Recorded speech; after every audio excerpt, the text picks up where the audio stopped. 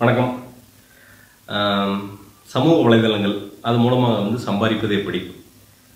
என்ன பாஸ் சும்மா பேசுகிறீங்க, இதெல்லாம் நடக்குமா பாஸ் அப்படின்னீங்கன்னா நிச்சயமாக நடக்கும். இன்றைக்கி நிறைய பேர் அதை நடத்தி காட்டி பல லட்சங்களை வந்து மாதம் சம்பாதித்து பல ஊழியர்களை வைத்து இன்றைக்கி வந்து ஒரு மிகப்பெரிய தொழில் செய்கிற அளவுக்கு வந்து அந்த சமூக வலைதளங்கள் இன்றைக்கி மாறி இருக்குது. சும்மா விளையாடாதீங்க பாஸ், பொய் சொல்லாதீங்க பாஸ் அப்படின்னீங்கன்னா நீங்கள் போய் நிறையா இந்த கோலிவுட் போர்ட்டல்ஸ் அப்படின்னு சொல்லுவாங்கள்ல, பெரிய பெரிய கோலிவுட் வெப்சைட்ஸ்லாம், அதுக்கெல்லாம் எதையை காட்டி வந்து நீங்கள் வந்து பணம் சம்பாதிக்காங்க அப்படின்னு நீங்கள் நினைக்கிறீங்க? ரொம்ப ரொம்ப சிம்பிள்.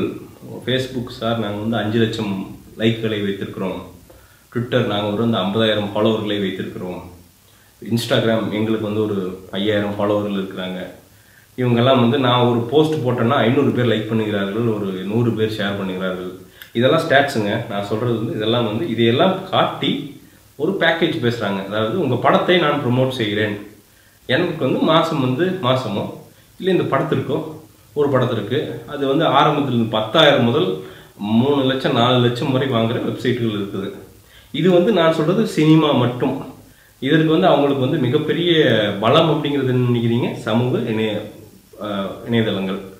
அதுபோக அவங்க வெப்சைட் வச்சுருந்தாலும் சமூக இணையதளங்கள் தான் 80% அவங்களுக்கு ரெவன்யூ வந்து கொண்டு வருவதற்கு காரணமாக இருக்கிறது. இது ஒரு பக்கம் நான் சொல்கிறது. இன்னொரு பக்கம் பார்த்தீங்கன்னா நீங்கள் நகை கடையாகட்டும், துணி கடையாகட்டும், நீங்கள் பாத்திர கடையாகட்டும், டீ கடை கூட ஆகட்டும், இதற்கு பிராண்டிங் பண்ணுறதுக்கு வந்து இதுக்கு வெளியிலையும் பல ஏஜென்சிகள் இன்றைக்கி இருந்து ஒரு தொழில் பண்ணுறப்போ அவங்க பெருசாக போகணும்னு நினைக்கிறப்போ அவங்கள அப்ரோச் பண்ணி சார் நான் உங்களுக்கு வந்து பண்ணி தரட்டா அப்படின்னு கேட்குற பிஸ்னஸஸ் அது வந்து ரன் ஆகிட்டு இருக்கு. இதுக்கும் வந்து மூல ஆதாரம் அப்படின்னு நீங்கள் பார்த்தீங்கன்னா எதுன்னு பார்த்தீங்கன்னா சமூக இணையதளங்கள் தான்.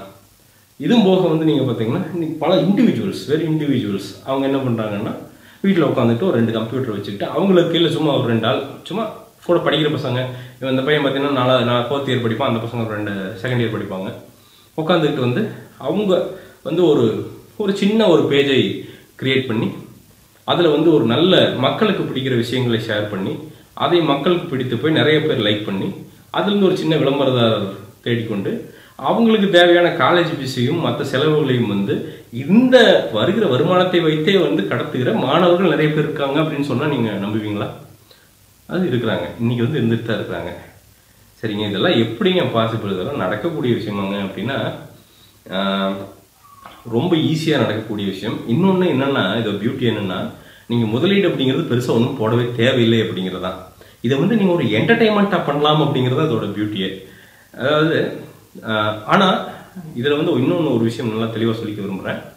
அதாவது நீங்கள் வந்து ஒரு சமூக இணையதளத்தையோ இல்லை ஒரு ஆன்லைனை பொறுத்த வரைக்கும் நீங்கள் இன்றைக்கி வந்து உட்காந்தோடனே நாளை காலையில் வந்து நம்ம சம்பாரிச்சிடலாம் அப்படின்னு நினைக்கிறது பைத்தியாரத்தனம்.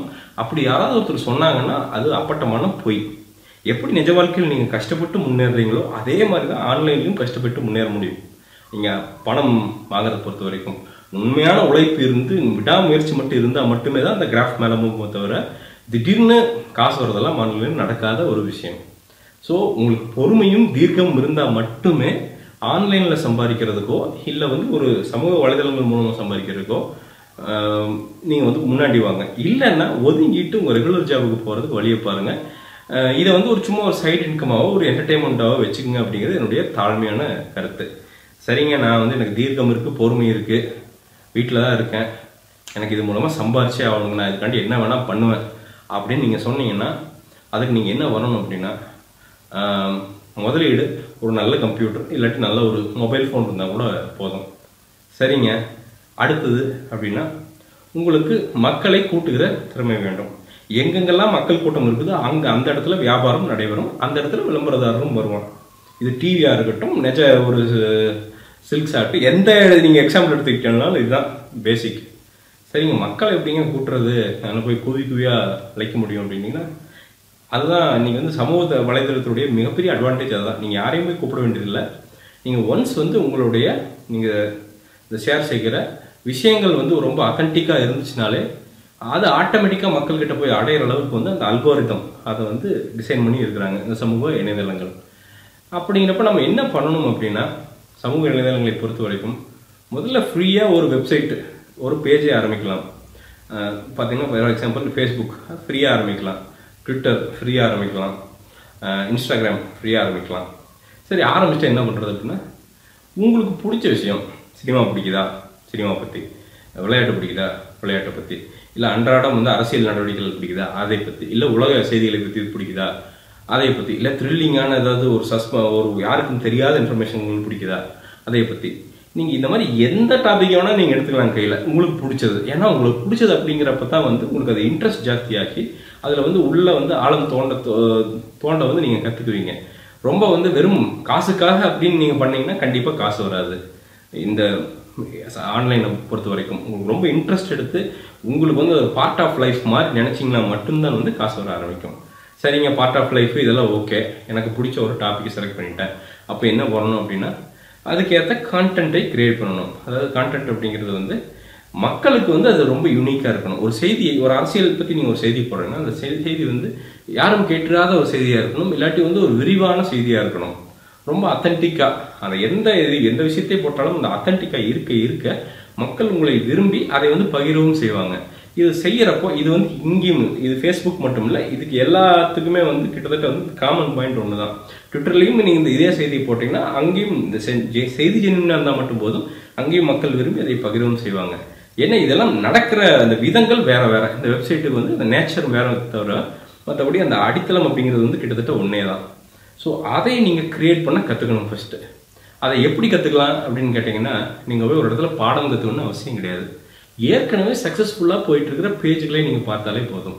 ஒரு 3 லட்சம் லைக்ஸ், 4 லட்சம் லைக் இருக்கிற ஃபேஸ்புக் பேஜையோ, ஒரு 50,000 ஃபாலோவர்ஸுக்கு ட்விட்டர் அக்கௌண்ட்டையோ, அதாவது சமூக இணையதளத்தில் நிறைய இருக்குதுங்க. சமூக இணையதளங்கள் அப்படிங்கிறது ஒரு 50க்கு மேலே, 50 நான் சொல்கிறது கம்மி, அதுக்கு மேலே இருக்கிறதுக்கான வாய்ப்புகள் இருக்குது. ஆனால் இன்னைக்கு வந்து டாமினேட் பண்ணுறது, இன்னைக்கு நீங்கள் சம்பாதிக்கணும்னு நினச்சிங்கன்னா ரொம்ப வேண்டியதில்லை. ட்விட்டர், ஃபேஸ்புக்கு, யூடியூப்பு, இன்ஸ்டாகிராம் இதையை பற்றி எல்லா விஷயங்கள் கற்றுக்கிட்டிங்கனாலே போதும். இதே வச்சே நீங்கள் வந்து சம்பாதிச்சிடலாம் அப்படிங்கிறது தான் உண்மை. யூடியூப் இதெல்லாம் ஒவ்வொரு சைட்டை பற்றியும் நான் டீட்டெயிலாக இன்னொரு வீடியோவில் சொல்கிறேன். பட் இது ஒரு ஜென்ரலான இது. சரி, இப்போ கண்டென்ட் எல்லாம் வந்து உங்களுக்கு வந்து ரெடி ஆகிடுச்சு. அப்படிங்கிறப்போ எப்படின்னா ஒரு கன்சிஸ்டன்சி வேணும். அதாவது ஒரு நாளைக்கு வந்து ஒரு 5 போஸ்ட், ரொம்ப வேண்டாம் 2 போஸ்ட் ஷேர் பண்ணுறீங்கனாலும் அது தினமும் பண்ணணும். தினமும் பண்ணுறப்ப தான் வந்து நீங்கள் வந்து மக்கள் வந்து தினமும் நீங்கள் கண்ணில் படுவீங்க. தினமும் வந்து மைண்ட்லேயே இருந்துட்டு இருக்கும். எந்த அளவுக்கு மைண்டில் இருக்குதோ அந்தளவுக்கு வந்து உங்களை ரெக்கக்னைஸ் பண்ணி உங்கள் விஷயங்களை வந்து அவங்க ஷேர் பண்ணி அதுக்கப்புறம் நீங்கள் மெல்லமாக தான் தொடுவீங்க. அந்த முதல் ஒரு 5000 லைக்கை தொடர்றதுக்கு பல வருடங்கள் ஆகலாம், இல்லை பல மாதங்கள் ஆகலாம், இல்லை சில நாட்கள் கூட ஆகலாம். அது எப்படி வேணால் நடக்கலாம். ஆனால் ஒன்ஸ் அந்த பீக்கை உங்களுக்கு தெரியும், நீங்கள் ஃபீல் பண்ணுவீங்க. அந்த பிரேக் த்ரூ வந்தோடனே அதுக்கப்புறம் உங்கள் வளர்ச்சி அப்படிங்கிறது டபார்னு மேலே போயிடும். ஒன்ஸ் அந்த வளர்ச்சி வர்றப்பவே வந்து ஆட்டோமேட்டிக்காக விளம்பரதாரர்கள் உங்களை நாடுவார்கள். ஏன்னா உங்கள் செய்தி ஜென்யூனு, நிறைய மக்கள் பார்க்குறாங்க, நிறைய மக்கள் ஷேர் பண்ணுறாங்க. அப்படிங்கிறப்போ அவன் உங்கள் இடத்துல வந்து விளம்பரம் பண்ணுறப்போ அவனுக்கு லாபமாக தான் இருக்கும். இது வந்து ஃபர்ஸ்ட் நடக்கிற விஷயம். ஸோ இது ஃபர்ஸ்ட் நடக்கிறப்ப ரெண்டாவது நீங்கள் என்ன பண்ணலான்னா, உங்களுக்குன்னு ஒரு சொந்தமாக ஒரு சின்ன செலவில் ஒரு வெப்சைட் ஒன்று ஆரம்பித்து அதை வந்து நீங்கள் ஒன்றும் பெருசாக இல்லை, நீங்களோ ஒரு 10 to 20,000 ரூபா இருந்தால் போதும்னு நினைக்கிறேன். ஒரு வெப்சைட்டை தெளிவாக தொடங்கி அதை வந்து எல்லாம் டிசைன் பண்ணி ரெடி பண்ணிடலாம். ரெடி பண்ணி நீங்கள் இங்கே செய்திருக்கிற விஷயங்களே கொஞ்சம் எக்ஸ்டென்சிவாக அந்த வெப்சைட் அதுவும் இதே மாதிரி தான் யூனிக்காக அதை ஒன்று பண்ணி நீங்கள் அதுலேயும் வந்து ஒரு மார்க்கெட்டிங்க்கு அதுக்கு வந்து ஒரு ஏரியா வச்சு எங்களுக்கு இந்த மாதிரி வந்து தரமான மார்க்கெட்டிங் பண்ணி நீங்கள் அப்ரோச் பண்ணுங்க அப்படின்னு சொன்னால் கிளையண்ட்டுகள் உங்களை அப்ரோச் பண்ணுவாங்க. அப்போ நீங்கள் என்ன பண்ணலான்னா, நீங்கள் இந்த பேஜை தவிர்த்து ஒரு ஃபார் எக்ஸாம்பிள் ஒரு ஜவுளி கடை உங்களுக்கு வந்து விளம்பரம், எங்களுக்கு உங்கள் பேஜில் எனக்கு ஒரு விளம்பரம் போடுங்க எங்கள் விளம்பரம் அப்படின்னு சொன்னாங்கன்னா, அந்த ஜவுளி கடைகிட்டே நீங்கள் அப்ரோச் பண்ணி, சார் இந்த மாதிரி உங்களுடைய மொத்த பிஸ்னஸையும் ஆன்லைனில் வந்து மார்க்கெட்டிங் பண்ண எங்களுக்கு ஒரு வாய்ப்பு தருவீர்களா அப்படின்னு வந்து இதையெல்லாம் வைத்து நீங்கள் வந்து கேட்கலாம். கேட்குறப்ப அவருக்கு ஒரு வாய்ப்பு தரும்போது அதை வந்து முழு மூச்சாக வைத்து இன்னொரு 2 ஆள் கூட நீங்கள் போட்டுக்கலாம். உங்களுக்கு சும்மா சம்பளமே இல்லாமல் கூட போட்டு சொல்லிடலாம், இது வந்து லாபமாச்சுன்னா உங்களுக்கு நான் பகிர்ந்து தரேன்னு சொல்லி அதையே போட்டு அதை எக்ஸ்பேண்ட் பண்ணி அவ்வளோதாங்க. உங்களுக்கு ஐடியா புரியுதா? அது ஒரு பிஸ்னஸ் சக்ஸஸ் பண்ணிட்டீங்கன்னு வச்சுங்களேன், அந்த தொழில் செய்கிறவங்க வந்து இன்னொருத்தங்கிட்ட போய் சொல்லுவோம், நல்லா பண்ணுறாயா, நான் எனக்கு 10 ரூபா வந்துட்டு இருந்த லாபம் வந்து இவங்க வந்ததுக்கப்புறம் 15 ரூபாய் ஆகுது அப்படின்னு ப்ரூவ் பண்ணிட்டீங்கன்னா இந்த ஸ்டாட்ஸ் தான் பேசுங்க. நாங்கள் உள்ளே வரதுக்கு முன்னாடி இப்படி, நாங்கள் உள்ளே வந்ததுக்கு பின்னாடி இப்படி அப்படின்னு நீங்கள் காமிச்சிட்டிங்கன்னா ஒரு பிஸ்னஸ் அப்படிங்கிறது ஒரு கிளைண்ட் அப்படிங்கிறவங்க 3 கிளைண்ட் ஆகும். 3 கிளைண்ட் ஆகிறப்போ உங்களுக்கு 6 பேர் வேலைக்கு இருப்பான். 100 கிளைண்ட் ஆகும்போது நீங்கள் ஆட்டோமேட்டிக்காக வந்து 200 பேர் வேலைக்கு கொடுத்து சம்பளம் கொடுத்துட்டு இருப்பீங்க. இதெல்லாம் நடக்கக்கூடிய 100% பாசிபிளான விஷயம். ஸோ இதை வந்து பண்ணது அப்படிங்கிறது வந்து உங்களுடைய பொறுமை, உங்களுடைய தீர்க்கம், இதெல்லாம் பொறுத்தே வந்து அமையும். ஸோ இது வந்து ஒரு இன்ட்ரொடக்ஷனுங்க. நாம் இன்னும் வந்து நான் ரொம்ப டீட்டெயில்டாக ஒவ்வொரு வெப்சைட்டை பற்றியும் தெளிவாக இன்னும் வரும் வீடியோக்களில் எக்ஸ்பிளைன் பண்ணுறேன். இது உதவிகரமாக இருக்கும் அப்படின்னு நம்புகிறேன். இந்த வீடியோ உங்களுடைய கருத்துக்களை தயவு கூர்ந்து வந்து இந்த கமெண்ட்டுகளில் வந்து வெளியிடுங்க. முடிந்த அளவுக்கு நான் ரிப்ளை பண்ணுறேன். வேறு என்னென்னலாம் நான் பண்ணலாம், என்னென்ன முன்னேற்றங்கள் வந்து நான் பண்ணலாம் அப்படின்னு சொல்லுங்கள். அதையும் வந்து காதில் போட்டுக்கொண்டு நான் நிச்சயம் பண்ணுவேன்.